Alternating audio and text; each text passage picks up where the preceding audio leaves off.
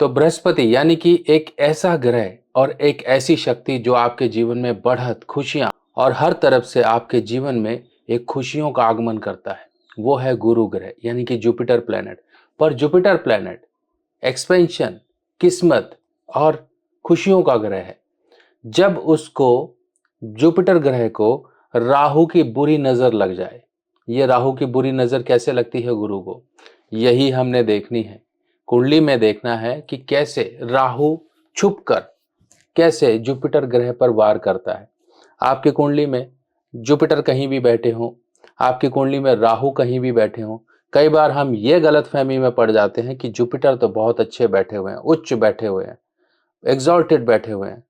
पर क्या आपको पता है उनकी जड़ों को, जुपिटर ग्रह की जड़ों को कौन काट रहा है? वो है राहु। आज मैं आपको समझाने वाला हूं किस तरह से जुपिटर की जो परेशानियों को क्रिएट करने वाला राहु जो है, किस तरह से आपके जीवन में मुश्किलों को लेकर आता है, कैसे वो एक रिजल्ट्स जो मिलने चाहिए, एक जो असर मिलने चाहिए, उनमें वो रुकावटें लेकर आ जाता है। और वो रुकावटें कैसे दूर करनी है, कैसे वो पितृ दोष बना देता है, कैसे वो गुरु चांडाल दोष बना देता है, कैसे वो आपको भाग्यहीन बना देता है, आज हम समझेंगे इस कुंडली में। आप भी अपनी कुंडली देख लीजिए, आपको सच्चाई आज पता लग जाएगी कि आपके बृहस्पति अच्छे हैं या खराब।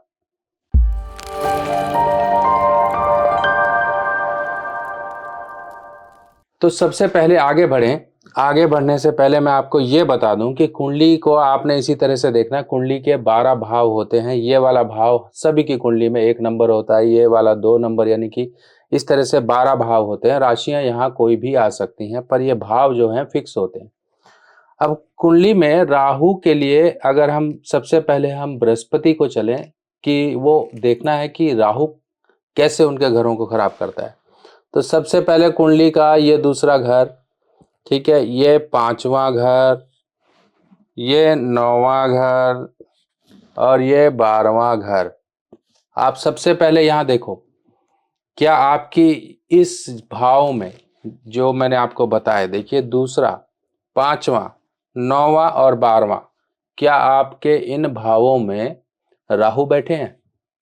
अगर बैठे हैं तो समझ जाओ भाई, अब आपके जुपिटर जैसे भी हों, जहां भी बैठे हों, मान लीजिए आप कहोगे मेरे तो जुपिटर यहाँ बैठे हुए हैं, ये चौथे घर में बैठे हुए हैं यानी कि उच्च बैठे हुए हैं, या फिर आपकी कुंडली में कहीं पर भी जुपिटर आपको केंद्र में या भाग्य भाव में आपको ये दिख रहा है कि भाई ये एक उच्च राशि में बैठे हैं यानी कि कर्क साइन में बैठे हुए हैं, पर आपको ये एक जो चीज बताई, ये जड़ है, बृहस्पति की जड़ है, और जड़ को दीमक लग चुकी है राहु द्वारा। अगर आपके राहु दूसरे, 5वें, 9वें या 12वें घर में बैठे हुए हैं, जुपिटर कहीं भी बैठे हों, जैसे मर्जी बैठे हों, उच्च बैठे हों या कुछ भी, अगर उच्च बैठे हैं तो वो रिजल्ट नहीं देंगे। अगर वो मान लीजिए यहाँ बैठ गए 10वें नंबर साइन में, यानी कि जैसे कि आप यहाँ पर 10वां नंबर साइन, यहाँ पर मकर राशि में अगर आकर बैठ गए या 10वें नंबर घर में आके बैठ गए, तो वो और ज्यादा परेशानी देंगे। तो और ज्यादा परेशानी देने के लिए कहाँ कहाँ घर हैं? एक तो इनके लिए जो कहा जाता है वो छठा घर कहा जाता है, बृहस्पति के लिए छठा घर, और एक 8वां घर और एक 10वां घर। ये 3 घर ऐसे हैं जहां पर अगर इस यहाँ पर बुरे रिजल्ट देते हैं, पर ये रिजल्ट और बुरे हो जाते हैं जब आपके दूसरे, 5वें, 9वें और 12वें घर में राहु आ जाते हैं। तो अब दूसरा, 5वां, 9वां, 12वां, ये एक आपके घर ऐसे हैं, ये धर्म स्थान माना जाता है हमारी कुंडली का, और हमारे शरीर में ये दूसरा घर जहाँ पे तिलक लगाते हैं ये है। ये हमारी संतान और पूर्व जन्मों के कर्म, हमारी विद्या बुद्धि का घर है। और 9वां घर हमारे भाग्य, लक फैक्टर का घर है। 12वां घर हमारे सब उन शुभ खर्चों का घर है जहां पर बृहस्पति का प्रभाव होता है। 12वां घर यानी कि 12वीं राशि को ही ले लीजिए, ये मीन राशि बनती है। तो यहाँ पर जब राहु आएंगे तब करेंगे क्या? राहु और बृहस्पति की आपस में लड़ाई क्या है, सबसे पहले ये समझ लीजिए। एक वो व्यक्ति है जो बहुत ही समझदार है, बहुत ही जो है अपनी बातों को बहुत ही प्रैक्टिकल तरीके से लोगों के सामने पेश करता है, लोगों की मदद करता है, और एक तरह से वो समझ लीजिए कि एक साधु महात्मा है जिसे अपने लिए कोई इतना प्यार नहीं है, दूसरों की परेशानी या दूसरों को अच्छा करने के लिए वो हमेशा जीता है, दूसरों की हमेशा मदद के लिए आता है। अच्छी सलाह देता है, लोगों को अच्छी सलाह दे देकर सही रास्ते पर, सही मार्ग पर लेकर आता है। ये है बृहस्पति। और राहु क्या है? राहु को अगर मान लीजिए बृहस्पति को साधु कहा गया तो राहु को चोर कहा गया है, डाकू कहा गया है, बदनीयत कहा गया है, एक लोगों के साथ छलावा करने वाला, धोखा देने वाला, रुकावटें पैदा करने वाला या उनका बुरा करने वाला कहा गया है। क्योंकि राहु को मतलबी कहा गया है, मतलबी, अपना ही मतलब पूरा कर लो, बाकी दुनिया गई भाड़ में, इस तरह से। अब मैं आपको एक एग्जाम्पल बताता हूँ। एक बहुत अच्छे पॉलिटिकल फैमिली में जो है मेरे जानने वाले हैं, उनके जो है अच्छी पोजीशन में, जो है सेंट्रल तक की पोजीशन थी उनकी, उनकी कुंडली में राहु यहाँ बैठे हुए थे 9वें घर में, और उनके बृहस्पति जो हैं यहाँ बैठे हुए थे 10वें घर में। 10वें घर में, अब आप समझिए 10वां घर और 9वां घर, यहाँ पर दोनों का अब संबंध क्या होगा। यहाँ पर बृहस्पति उनके जो नीच बैठे थे, अब फैमिली सपोर्ट से थोड़ा इधर उधर करके उनको एक अच्छा जो है ओहदा मिल गया। पर जब सुख उनको भोगने की बारी आई, तब राहु ने अपना खेल कर दिया। यानी कि उनके साथ खेला ये हो गया कि उनकी जो है पदवी चली गई, उनको जो है एक बुरे, एक अच्छे ना होने वाले इस तरह के उनको रोल में डाल दिया गया। अब कारण क्या निकला, आपने समझा कि बृहस्पति 9वें घर में आ गए और जो है राहु 9वें घर में आ गए और बृहस्पति यहाँ पर नीच बैठे हैं। ठीक है, नीच बैठे हैं कोई बात नहीं, पर राहु के आने से वो ज़्यादा कंडीशन और ज़्यादा क्रिटिकल हो गई।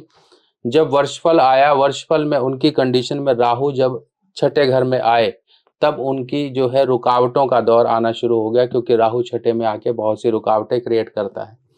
तो उनके साथ इस तरह की कंडीशन हुई। फिर बाद में कुछ उपाय वगैरह कराए गए, जिनके कारण से उनका जो है हालात और स्थिति सुधरी। यानी कि वो 2 स्टेप पीछे चले गए अपनी जिंदगी में, अब वही 2 स्टेप उनको आगे आना है, जिसके लिए थोड़ा उपाय करके समय लग जाएगा, पर वो आ जाएंगे। अब इसी तरह से क्या होता है, दूसरा, 5वां, 9वां, 12वां, यहाँ पर अगर आपके राहु बैठे हुए तो आप समझ लो आप पितृदोष से ग्रसित हो।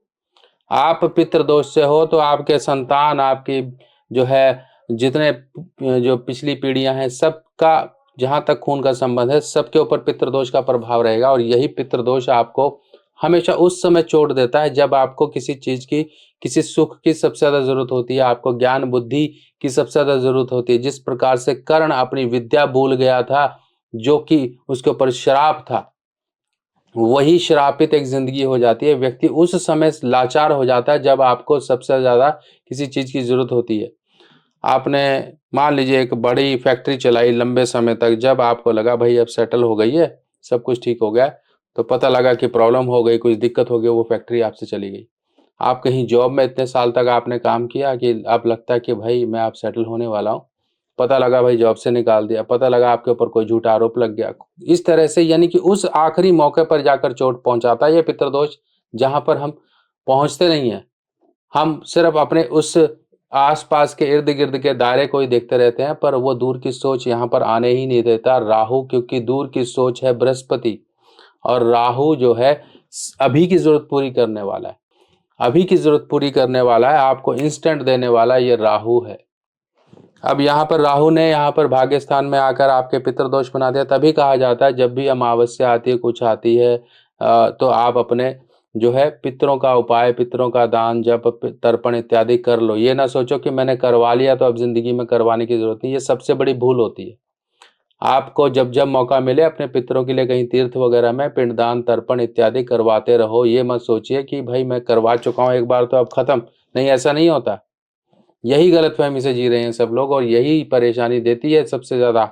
आपको पता लग गया आज तो इसको आप समझ लो और इस कारण को निवारण कर लो। अब ये निवारण, अगर मान लो आपके पास समय नहीं है, कुछ नहीं है, तो मैं आपको हमेशा कहता हूँ कि भाई आपके लिए मैंने सुविधा लगाई हुई है कि आप जो भी घर बैठे अपनी इस तरह से अपने पितरों के लिए जो भी है पूजन इत्यादि सब करवा सकते हो। काशी में स्पेशल हम 16 मई को आपके पितरों का पूजन, सुबह सुबह रुद्र अभिषेक, शाम के समय शनि महाराज का तेल अभिषेक, दीपदान, ये सब करने वाले। इनमें से जो भी सुविधा लेना चाहते हो अपने नाम गोत्र से बुकिंग करा लो। आपको वीडियो के जरिए बता दिया जाएगा, देखिए ये पूजा की गई है, नाम गोत्र से आपको पूरा दिखाया जाएगा। अब ये मौका है, जाने मत दो, क्योंकि इस दिन शनि जयंती है, और शनि जयंती यानी कि शनि महाराज कर्म के देवता हैं, बृहस्पति किस्मत के देवता हैं। जब आप कर्म करोगे, किस्मत का साथ मिलना जरूरी है। नहीं मिलेगा तो कर्म ही करते रह जाओगे और वहीं अटके रह जाओगे। यही जीवन में होता है। मौके आते हैं हमें बढ़ाने के आगे, अगर हम उनको समझ लें तो आगे बढ़ जाते हैं। अब यहाँ पर आपने समझ लिया कि राहु इस तरह से जड़ को खराब करता है बृहस्पति की। अब मैं आपको इनके सॉल्यूशन बताता हूँ। सबसे पहला सॉल्यूशन और सबसे पहली जो आपकी उपाय की बात आती है वो आती है बृहस्पति ग्रह की, जुपिटर प्लैनेट की। जुपिटर प्लैनेट को मजबूत करिए। अपने घर के सोना जो गोल्ड है उसको आप गिरवी मत रखिए।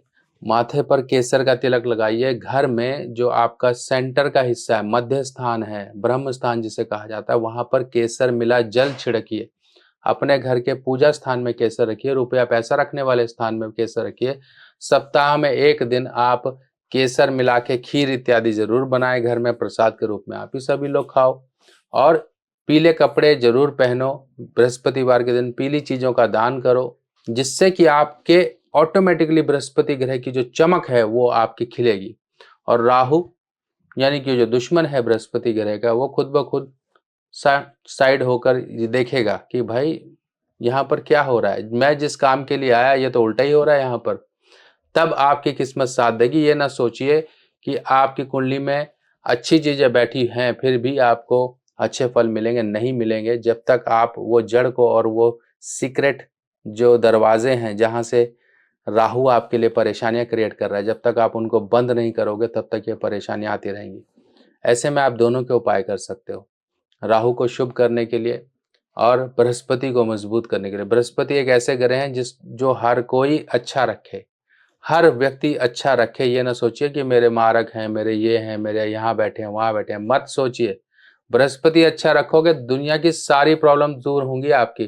क्योंकि बृहस्पति को आपने सुना भी होगा, बृहस्पति जब लगन में बैठे हो, केंद्र में बैठे हो, भाग्य स्थान में बैठे हो, तब एक ऐसे ग्रह बन जाते हैं जो कुंडली के हजारों दोषों को दूर करते हैं। और जब उनकी ही जड़ें खराब हों तब वो क्या दोष दूर करेंगे। आप समझ रहे हैं कि किस तरह से कुछ चीजें hidden factors, secret factors as in the form of Rahu, Rahu की एक स्थिति के अनुसार बैठ जाते हैं जो हमारे रुकावटें क्रिएट करते हैं। सोना अफोर्ड नहीं कर पा रहे हो, पीला धागा पहन लो। बृहस्पतिवार के दिन आप केले की जड़ को आप हल्दी मिला जल वहां पर सींचिए। जब भी अमावस्या आती है आप पीपल पर जाके तिल मिला हुआ जल आप वहां अर्पित करिए। ओम नमो भगवते वासुदेवाय इस मंत्र का जप करिए। बाकी बृहस्पति जहां पर बैठे हुए हैं उनके उपाय उस अनुसार कई बार थोड़े से एडिशनल हो जाते हैं। वो आप वीडियोस देखकर समझ सकते हो कि हाँ, मान लीजिए दूसरे घर में बैठे हैं तो क्या उपाय करना है, तीसरे में बैठे हैं तो क्या उपाय करना है, चौथे में बैठे हैं तो क्या उपाय होगा, पांचवें छठे में बैठे हैं तो क्या उपाय होगा।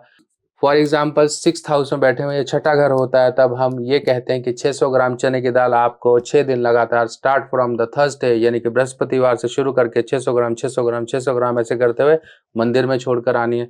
8वें में बैठे हैं तो 800 ग्राम कर लीजिए। यहाँ पर मंगल की सपोर्ट भी ली जाती है और ये भी सावधानी कही जाती है, घर में मूर्तियों को मत रखिए, फोटो इत्यादि से पूजन कर लीजिए तो आपको कोई दिक्कत नहीं होगी। क्या आपको पता है आपके जन्मदिन पर आपके ग्रह बदल जाते हैं, यानी कि अच्छे ग्रह आपके जीवन में अच्छा फल देने के लिए आते हैं और बुरे ग्रह आपके जीवन में वो वर्ष को खराब करके चले जाते हैं। किसी ना किसी प्रकार की परेशानियां, दिक्कतें, दुर्घटना, बीमारी या फिर धन का नुकसान देकर जाते हैं। अगर हमें पहले ही पता लग जाए कि आपके इस वर्ष में आपके कुछ बुरे ग्रह आ रहे हैं, अगर हम उनका उपाय पहले ही कर लें तो उस वर्ष की परेशानियों से हमें निजात मिल जाती है। ये वर्ष फल का मतलब होता है आपके जन्मदिन से लेके आपके अगले जन्मदिन तक का एक समय, जिस समय में बुरे ग्रहों का उपाय किया जाता है। इसमें कुछ छोटे छोटे उपाय होते हैं जो कि आपको पूरे वर्ष आराम का जीवन, आपके जीवन में उन्नति और तरक्की के रास्ते खोलने में आपकी मदद करते हैं। आप अपने वर्षफल को जरूर बनवाएं, क्योंकि वर्षफल ही वो आपके जीवन में एक अहम भूमिका निभाता है जो आपके जीवन में आने वाली परेशानियों को दूर रखता है। अपने जन्मदिन पर कर लीजिए कुछ छोटे छोटे उपाय और पूरा वर्ष आप मजे का जीवन पाएं। वर्षफल बनवाने के लिए आपको अपना नाम, बर्थ डिटेल मुझे देना होगा और आपकी वर्षफल रिपोर्ट बनाकर आपको व्हाट्सएप पर भेजी जाएगी, जिसमें कुछ छोटे छोटे उपाय दिए जाएंगे। कुछ दान दक्षिणा या फिर कुछ चीजों को जल प्रवाह इत्यादि करना मंदिर में देना या फिर किसी गरीब को देना या पक्षियों या जानवरों को कुछ देना। इस तरह के कुछ छोटे छोटे उपाय होंगे जिनको करके आप उस वर्ष की परेशानियों से बचाव पा सकते हो। तो इस तरह से कुछ जानकारियों को आपको अपने जीवन में बिठाना है। ऐसे और भी मैं आपके लिए इसी तरह की इंफॉर्मेटिव जो है वीडियोस लेकर आऊंगा। तब तक के लिए अपने सुभाष भाई को आज्ञा दीजिए। नमस्कार।